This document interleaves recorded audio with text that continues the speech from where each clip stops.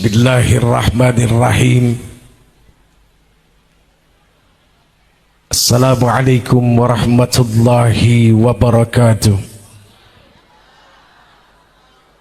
Hadirin yang insya Allah dimuliakan Allah. Amin.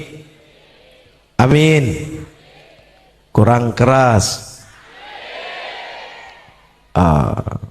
Thank you. Ngerti ora? Ngerti ora son?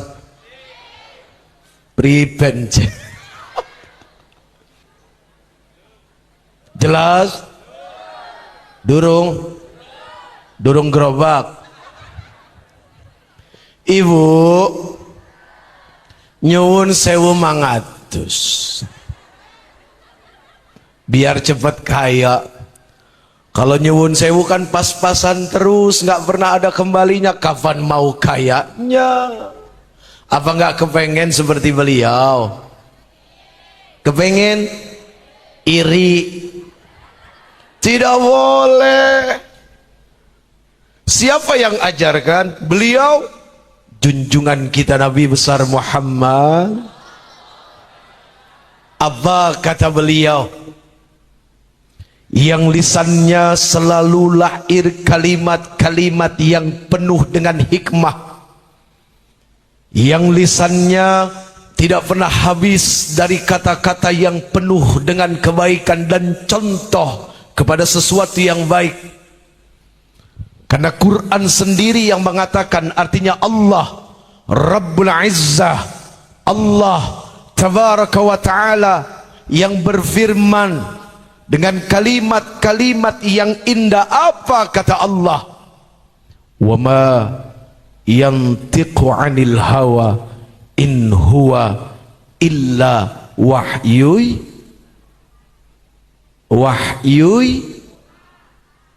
dan tidaklah Muhammad itu, Nabi Muhammad sallallahu alaihi wa alihi wasallam wa sahbihil kiram, beliau berkata berdasarkan hawa nafsunya, tidak, akan tetapi merupakan wahyu dari Allah subhanahu wa ta'ala. Apa kata beliau, ibu? Ketika kita melihat seseorang dengan nikmatnya yang sangat luar biasa, awas, hati-hati dengan sifat kepingin. Nikmat orang itu ada pada diri kita. Nikmat yang mana? Jika nikmatnya itu hanya sebatas harta atau kedudukan saja, atau wajahnya yang cantik, maka ini jangan. Kenapa begitu? Maaf ibu, nggak semua orang cocok jadi orang kaya. Jelas? Jelas?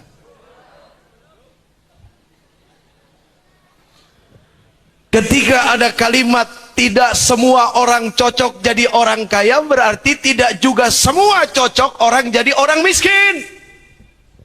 Pak Haji mau nggak jadi orang miskin? Ditolak sama begitu. Sudah, nikmati saja peran masing-masing, berakting saja dengan baik, lalu lakukan semua akting itu hanya lillah, untuk Allah. Selesai. Miskinnya kita jika dalam keridhaan Allah, maka yakin tidak akan pernah susah. Tidak seperti bagaimana orang memandang kemiskinan orang itu. Jika miskinnya dalam keridhaan Allah. Jika kayanya seseorang dalam keridhaan Allah, maka kekayaannya ini bermanfaat. Bagi siapa? Bagi orang banyak, bagi orang-orang yang ada di sekelilingnya. Ini adalah kaya yang dalam keridhaan. Miskin tapi tidak terlihat susah, ini adalah miskin dalam keridhaan. Doa, minta kepada Allah, ya Allah, jika engkau ridho hamba ini menjadi miskin, miskinkan hamba. Berani doa begitu? Hah? Berani nggak doa begitu? Waduh. Kalau tidak berani doa seperti itu, berarti tidak yakin Allah Maha melindungi. Bahaya.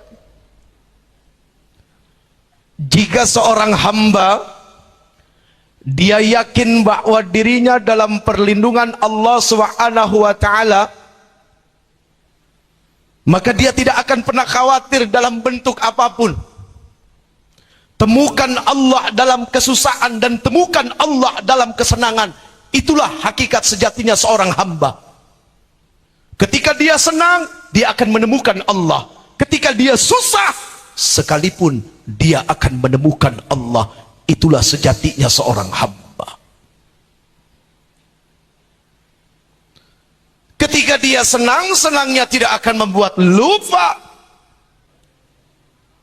Dan ketika dia susah, susahnya tidak akan menjadikan dirinya murka kepada Allah. Tidak sedikit orang yang susah, jatuh miskin, lalu kemudian murka kepada Allah. Dan tidak sedikit orang yang dikayakan oleh Allah, lalu justru hartanya menjadi penghalang. Tembok yang tinggi, lebih tinggi daripada ini. Tembok yang tebal, lebih tebal daripada tembok yang ini, menjadi penghalang untuk melihat Allah Subhanahu wa ta'ala.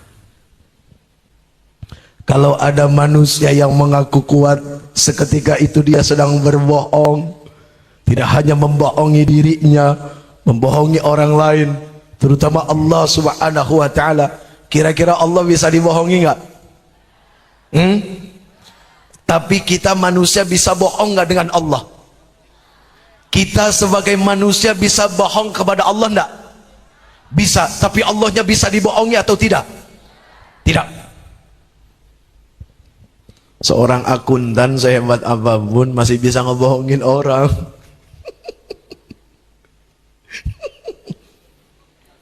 Itu ketawanya bahaya itu. Tapi ketika Allah, suatu hari Rasul sallallahu alaihi wasallam, beliau tersenyum hampir nyaris tertawa. Kenapa? Karena beliau mendengar riwayat Jibril alaihissalam. Jibril menyampaikan satu cerita, ya Muhammad, nanti di yaumil mahsyar, di hadirat Allah Subhanahu wa taala, ada seorang hamba yang mengatakan apa? Ya Allah, aku tidak mau dihukum dengan sesuatu yang tidak ada buktinya. Kata Allah, ya. Lalu siapa yang menjadi saksi bagi aku? Dirimu dan malaikat yang mencatat. Dia diam. Allah berfirman dengan sebuah perintah. Hei mulut, diam. Mulut disuruh diam. Yang biasanya ketika di bumi ini paling hebat membela diri, dari ujung kepala sampai ujung kaki luar dalam adalah diri. Diri siapa? Diri sendiri. Ketika di dunia ini paling hebat membela perbuatan tangan, ini paling hebat membela perbuatan mata, ini paling hebat membela perbuatan telinga, ini paling hebat membela perbuatan tangan, ini paling hebat membela perbuatan mulut, ini paling hebat membela perbuatan kaki, ini paling hebat membela perbuatan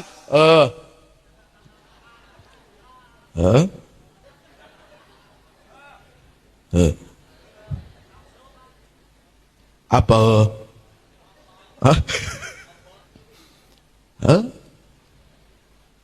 Ini yang bela. Seharusnya, ini kalau bicara seharusnya ya, nyuwun sewu, para alim ulama mohon maaf lahir batin ya.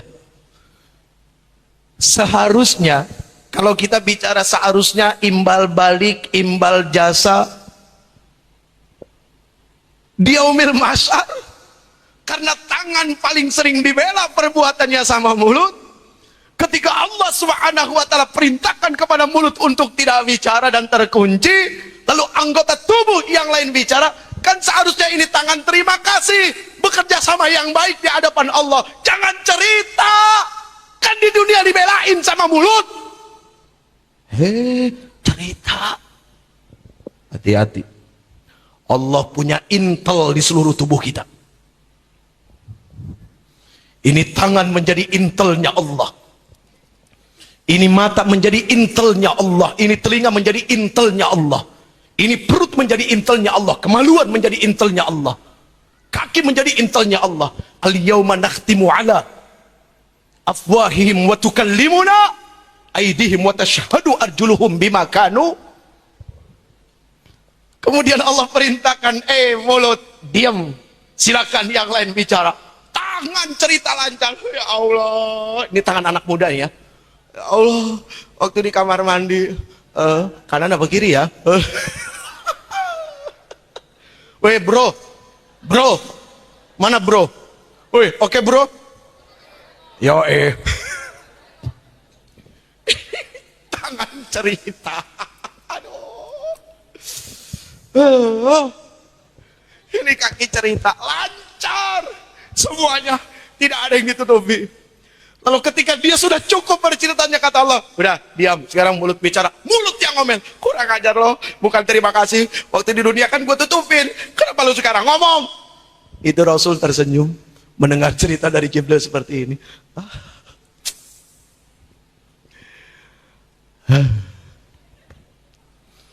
Orang keton.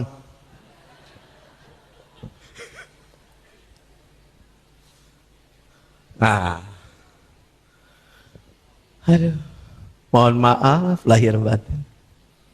Yang bicara ini tidak lebih baik dari yang mendengar. Jeffrey tidak lebih baik dari anak-anak ibu. Tidak lebih baik dari suami ibu. Hanya kebetulan hari ini ada perintah dari Allah untuk datang ke tempat ini untuk bicara. Kalau Jeffrey yang bicara, yakin tidak akan bisa ngomong. Karena kerjaannya si Jeffrey senangnya bikin maksiat, bikin dosa. Jeffrey, siapa bu? Kurang ngajar. Jeffrey.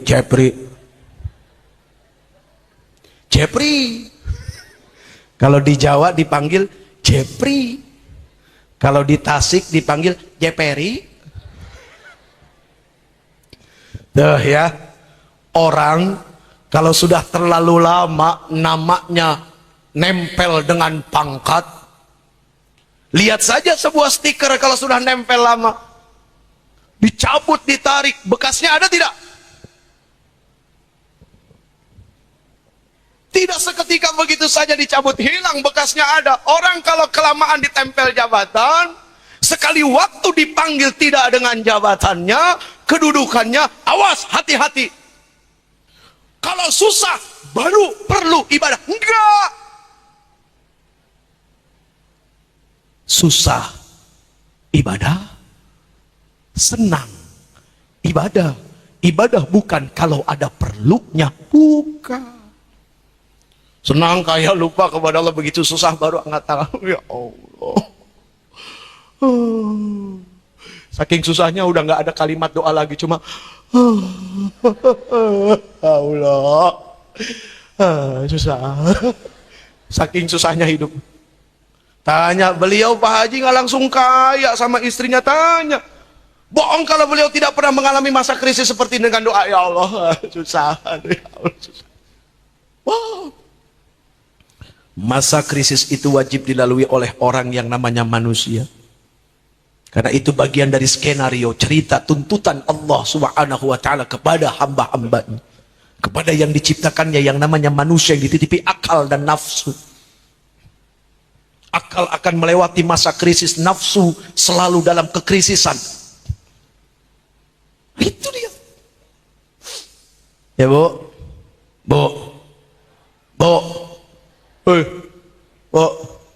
Apalagi kalau doa utangnya banyak ya Bu.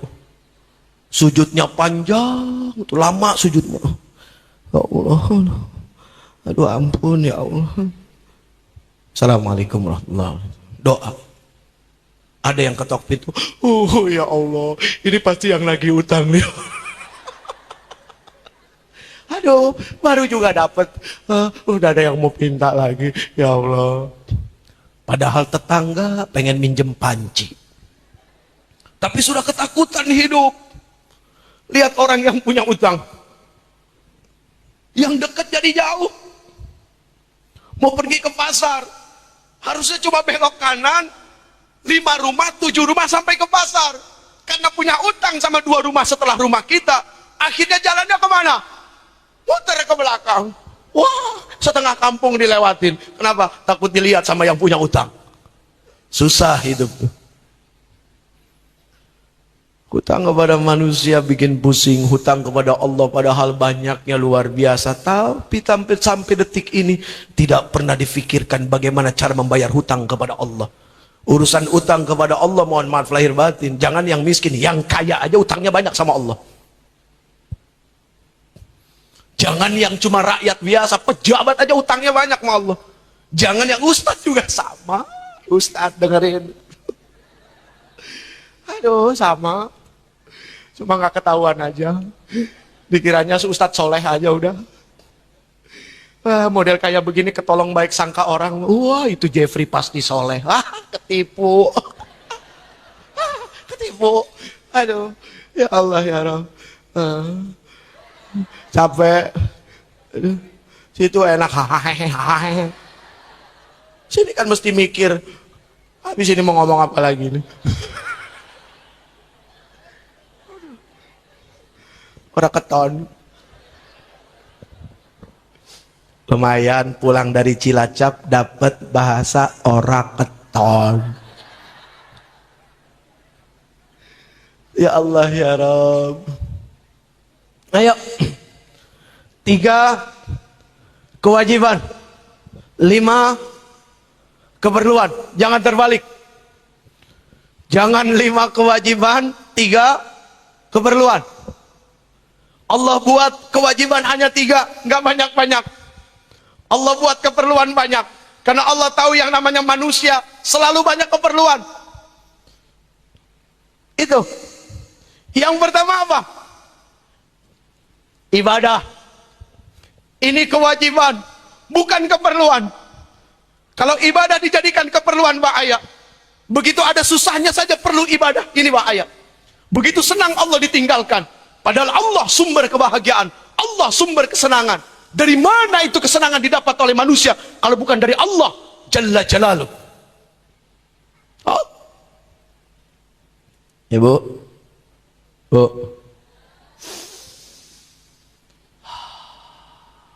Ini mengambil nafasnya siapa ini?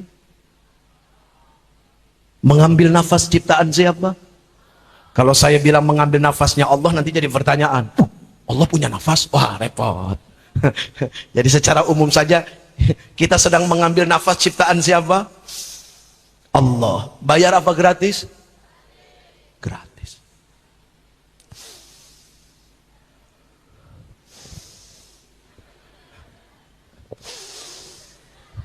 Gratis. Gak bayar. Betul nggak? Gembel. Orang kaya boleh gembel dengan orang kaya depan-depanan. Boleh, nggak apa-apa. Boleh. Dalam satu ruangan bos sama karyawan bernafas sama-sama.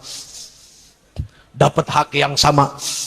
Tidak dikurangi sedikit pun oleh Allah Subhanahu wa taala. Yang jenderal sama yang kopral duduk dalam satu ruangan, hak nafasnya diberikan oleh Allah sama, tidak dikurangi sedikit pun oleh Allah Subhanahu wa taala.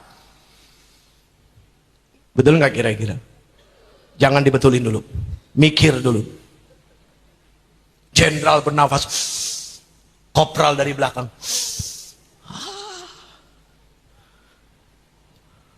Iya kan? Gratis. Manusia saja yang memperdagangkan. Begitu masuk rumah sakit, satu oksigen berapa? Satu oksigen. Makanya yang susah, kalau bisa jangan sakit. Yang susah, ada yang susah nggak? Yang miskin,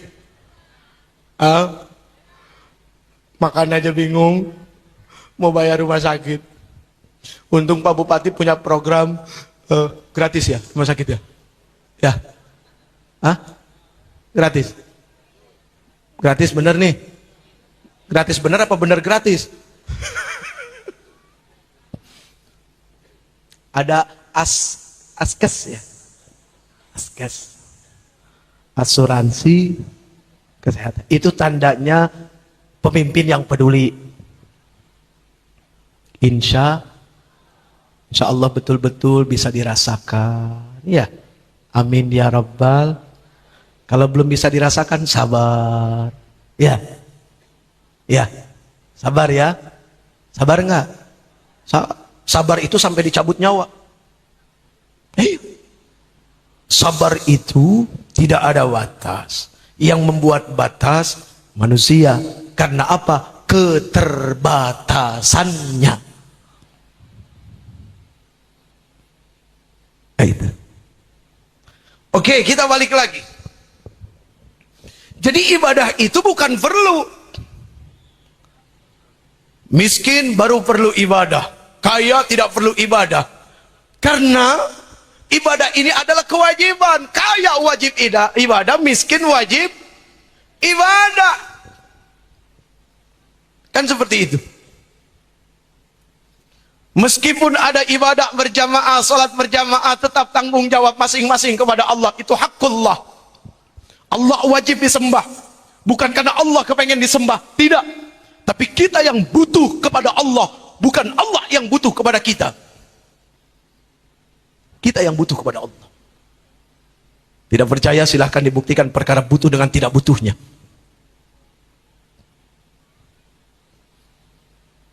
Hati-hati dengan sebuah kesadaran. Kadang-kadang orang berpikir terlalu percaya diri bahwa umurnya bakal panjang. Gak ketika masih sehat, masih punya kesempatan, ibadah yang paling mudah untuk ditinggalkan. Ibadah itu macam-macam. Ibadah yang berefek kepada kepribadian, ibadah yang berefek kepada lingkungan masyarakat, ini adalah ibadah. Sudah sholat belum? Sudah. Apakah benar sudah sholat? Ini pertanyaannya. Kalau saya belum pernah sholat, Ibu. Bu, si Jeffrey belum pernah sholat. Belum pernah sholat yang benar. Sholatnya masih kacau. Mau mengaku sholat yang benar susah. Apalagi ketika disambungkan dengan nilai akhlak. Karena inna sholata tanha anil fahsyai wal munkar. Sesungguhnya salat itu mencegah pelakunya yang salat itu dari berbuat keji dan mungkar. Ketika salatnya sudah berbuat kejinya terus, ketika salatnya sudah mungkar terus, pertanyaannya, apakah sudah salat? Itu dia. Apakah sudah ibadah? Ibadah itu kan pengabdian diri, penyembahan secara total kepada Allah dalam bentuk yang begini, dalam bentuk yang kemana-mana. Ibadah.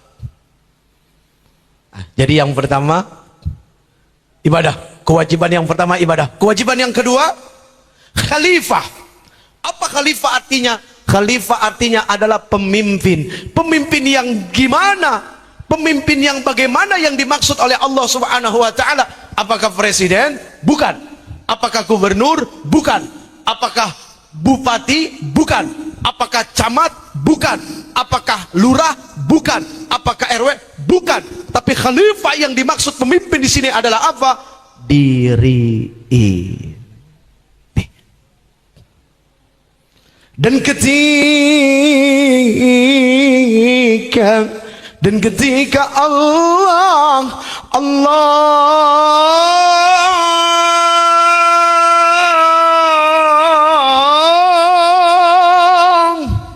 ini kalau pakai terjemahan enak-enak aja nih Pak, mau panjang mau pendek ya. Tapi begitu dibaca Qur'annya panjangnya kelewatan, diomelin sama tajwid. Iya kan? Diomelin sama tajwid, pelanggaran hukum lalu lintas dalam pertajwidan. Orang baca Quran hukum tajwid itu hukum lalu lintas. Jadi ketika orang berjalan seperti seorang yang berjalan dengan mengendarai kendaraan, lalu dia harus patuh kepada hukum-hukum. Overburden, nggak boleh lewat. OS, tidak boleh berhenti. Di Quran juga ada. Jadi hukum lalu lintas mengambil daripada hukum tajwid sebetulnya tanda-tandanya. Boleh langsung, boleh terus. Ya kan? Seperti itu. Ini Masya Allah. Luar biasa itu. Aduh, Allahu Akbar. Nah sama ketika orang belajar baca Quran, seperti orang baru belajar naik motor, sabar dulu. Jangan main ngebut aja. Yakin pasti salah.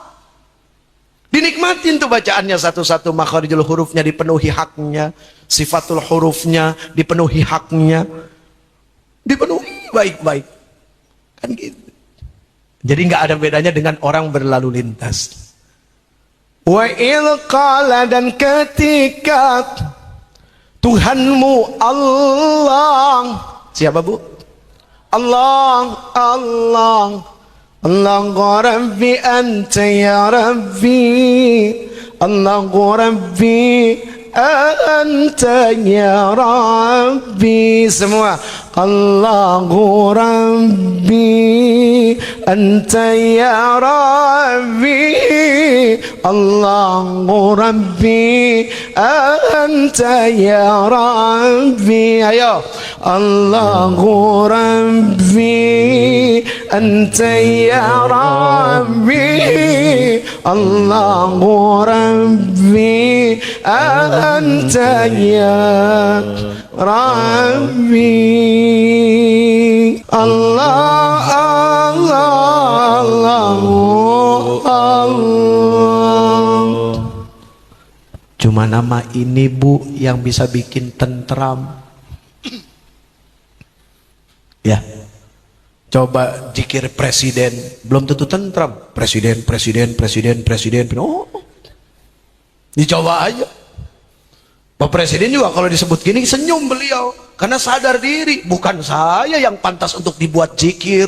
Tuh kata beliau, yang seorang presiden mengatakan seperti itu, bukan saya. Betapa tahu dirinya seorang hamba, bohong kalau nggak terus mulia di sisi Allah. Perkara besok pensiun, itu urusan jabatan di mata manusia. Yang penting kemuliaannya nggak pernah pensiun di hadapan Allah, itu saja. Ya, kalau nggak salah, kata orang tua.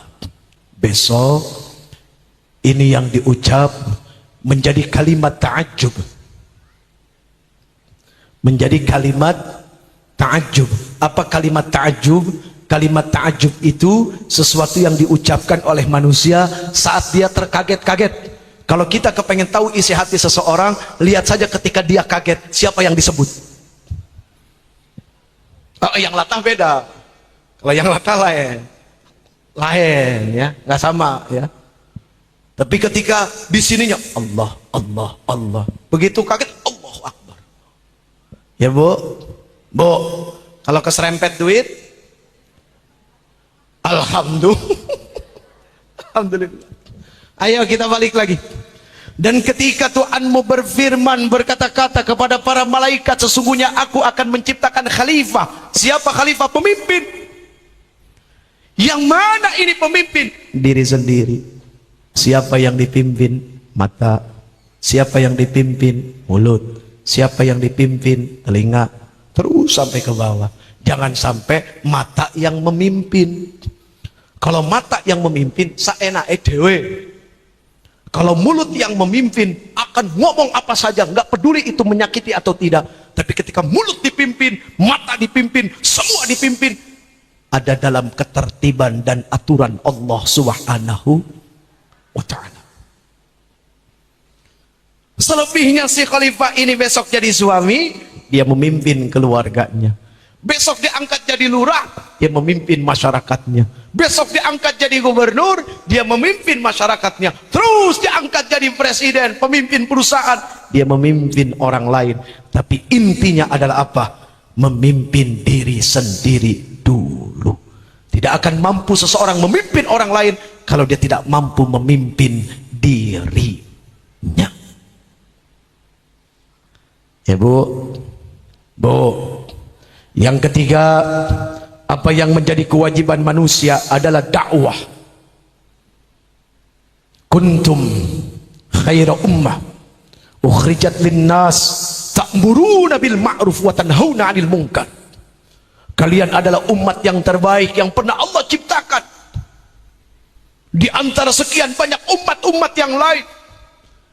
Apa kebaikannya? Apa yang membuat mereka menjadi terbaik? Selalu mengajak kebaikan kepada orang dan mencegah daripada keburukan. Jadi karyawan, bawa nilai dakwah ke kantor. Ngajak kebaikan, cegah keburukan. Jadi apapun bawa nilai dakwah. Jadi bicara dakwah bukan cuma bicara ustaz, tapi kewajiban individu diri pribadi mendakwahi diri dan mendakwahi orang-orang yang ada di sekeliling. Itu dia yang menjadi 3 kewajiban. Yang pertama ibadah. Wa ma khalaqtul jinna wal insa illa liya'budun. Yang kedua khalifah. Yang ketiga dakwah. Ini 3 kewajiban yang wajib terus dijalankan dan dipenuhi. Kalau ini sudah dijalankan dengan baik, istiqomah, profesional, terus menuntut diri untuk melakukan dengan penuh tanggung jawab dan hanya mencari keridhaan Allah, maka tidak usah khawatir dengan 5 keperluan ini. Apa 5 keperluan ini? 1, masyrubat wa makulat, makan sama minum. Ini baru keperluan, makan sama minum. Kira-kira kalau kenyang perlu makan enggak? Enggak perlu.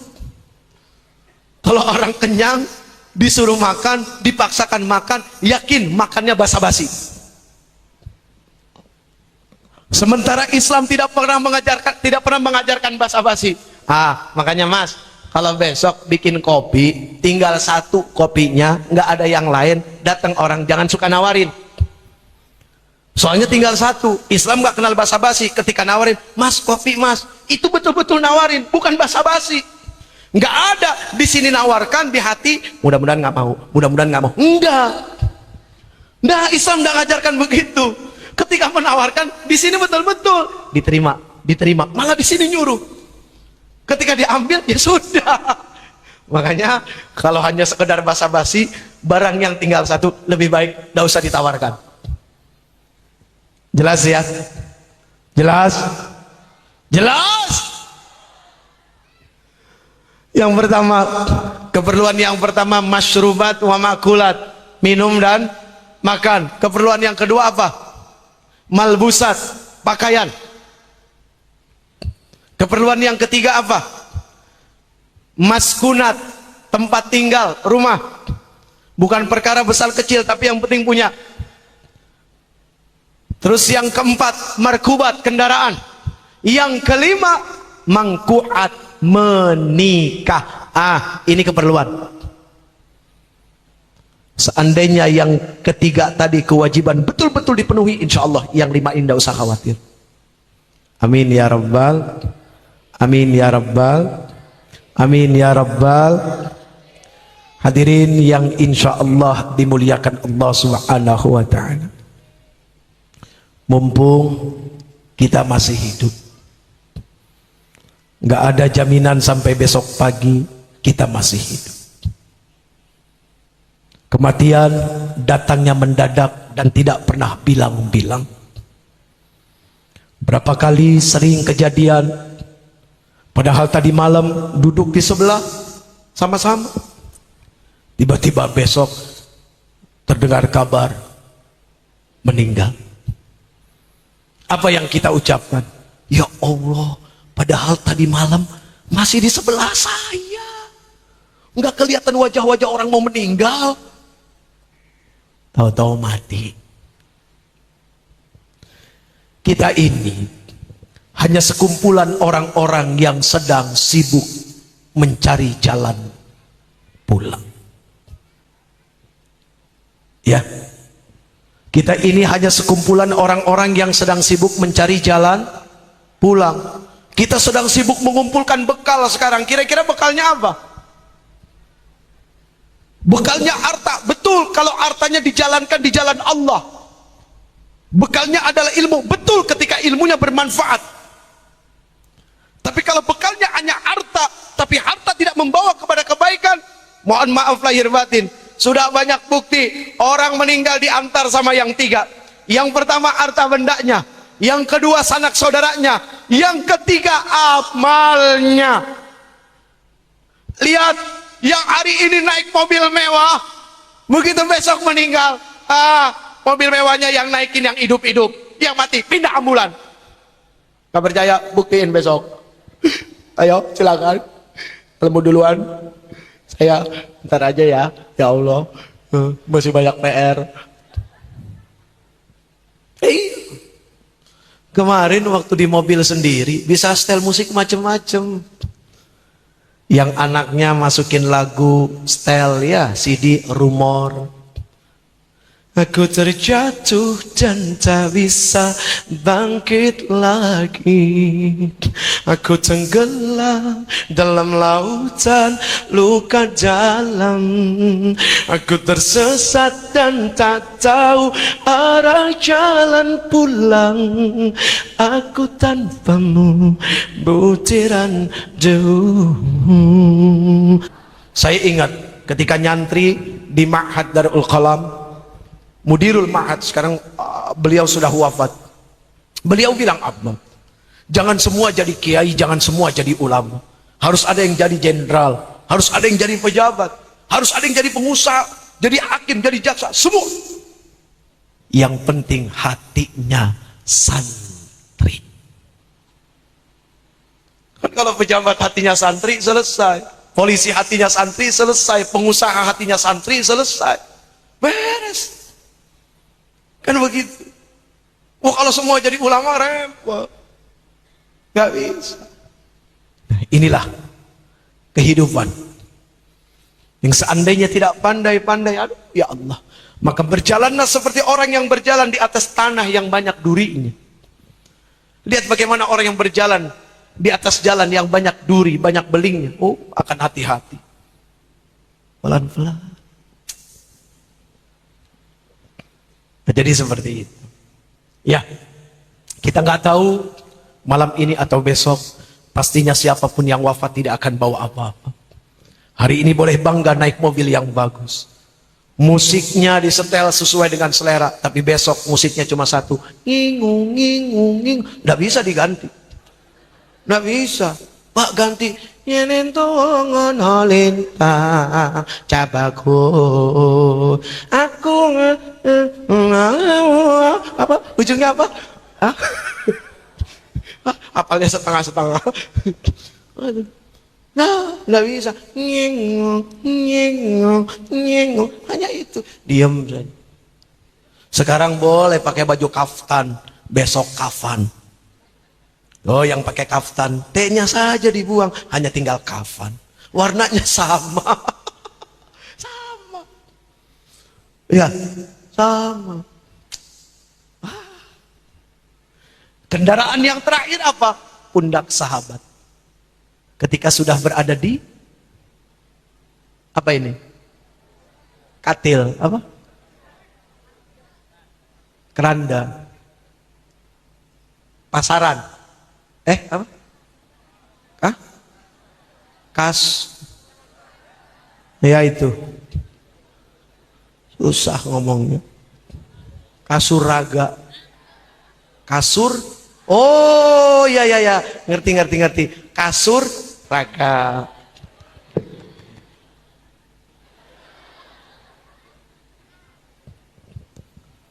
Wow. Kendaraan yang terakhir pundak sahabat.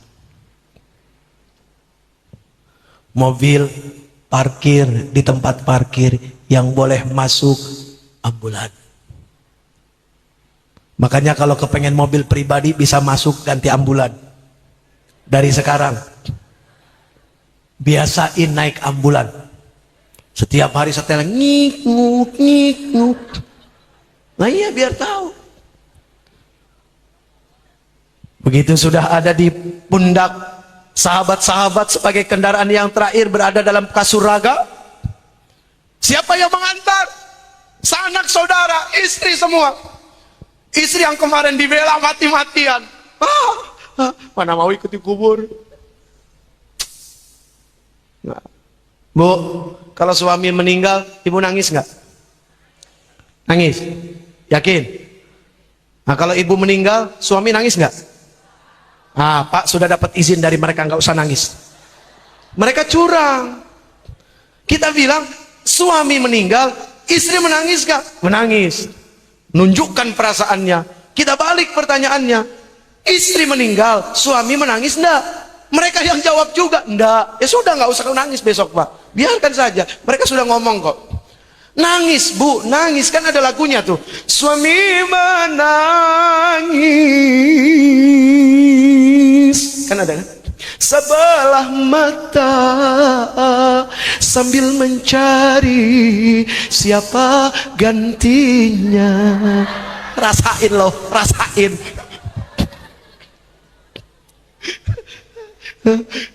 Wajar. Loh, yang di sini merasa tersinggung. Kenapa? Karena masih ada nafsu. Yang namanya nafsu sifatnya ingin memiliki sendiri. Lah kalau sudah meninggal, nafsunya tidak ada. Yang ada hanyalah kesadaran. Barzah. Ketika seseorang masuk dalam alam barzah, dia ada pada pertengahan. Dia mampu melihat alam yang sesudahnya dan dia mampu melihat alam yang sebelumnya. Jangan yang dipikir sudah meninggal gak bisa lihat yang masih hidup.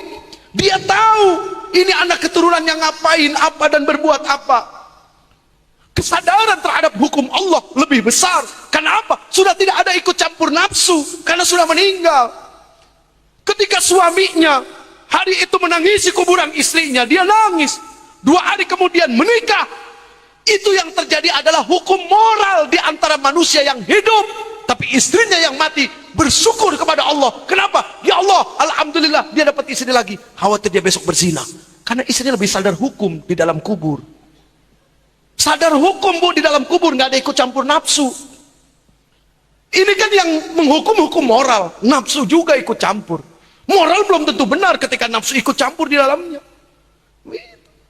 Cuma memang hukum moralnya, ya Allah tuh suami tega amat, kuburan istri belum kering, udah nikah lagi. Tuh, misalnya kayak gitu.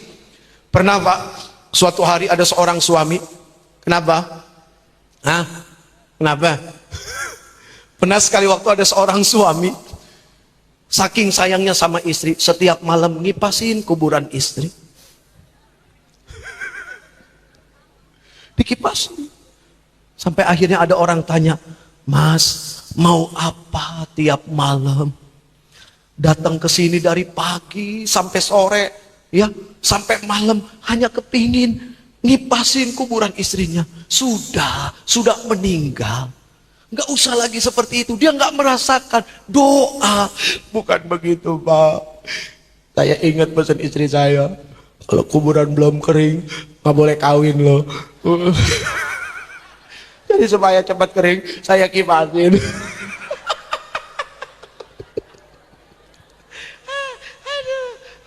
Aduh, capek, aduh. Terlambat Bu ketawanya. Ya. Semua diikat dengan cinta, makanya susah dipisahkan. Padahal selesai sudah urusan. Urusan kita selesai. Dunia antara manusia dengan manusia, tapi tanggung jawab dan perhitungannya masih terus. Makanya ketika masih hidup sebisa mungkin perkecil rasa menyakiti orang lain. Karena hati-hati dengan hakul adam. Dengan hakul adam itu paling repot. Kita bikin salah sama Allah, minta ampun ya Allah. Astaghfirullahaladzim. Astaghfirullahaladzim. Astaghfirullahaladzim. Astaghfirullahaladzim min kulli dhanbin azim wa atubu ilaik wa atubu ilaik. Allah ampuni, selesai. Begitu sama manusia, maafin saya ya. Enggak. Sakit hati. Ya, sampai akhirnya ada orang yang memberikan maaf berpura-pura. Ketika lebaran, pada lebaran Idul Fitri, salaman. maafin ya, iya sama-sama. Terus yang ini keluar, yang habis memberikan maaf, tiba-tiba ada yang datang nyamperin. Gimana tadi ketemu si Anu? Ada aja yang begitu tuh. Kenapa emangnya? Dimaafin gak? Ya gimana dong, kan di depan orang banyak, gak enak. Alah, jujur aja deh, kan gue tahu lu. Nih setan nih setan nih. Setan. Tapi bagus kedatangan dia untuk betul-betul kita tahu apakah kita memaafkan atau tidak. Kalau tidak ada orang seperti ini, nggak akan pernah tahu kalau kita sudah memaafkan atau tidak. Justru di sini ujiannya. Udah maafin. Orang yang memaafkan itu seperti orang yang bangun dari pingsan. Tadi kenapa? Ada apa ya? Kok saya di sini lupa?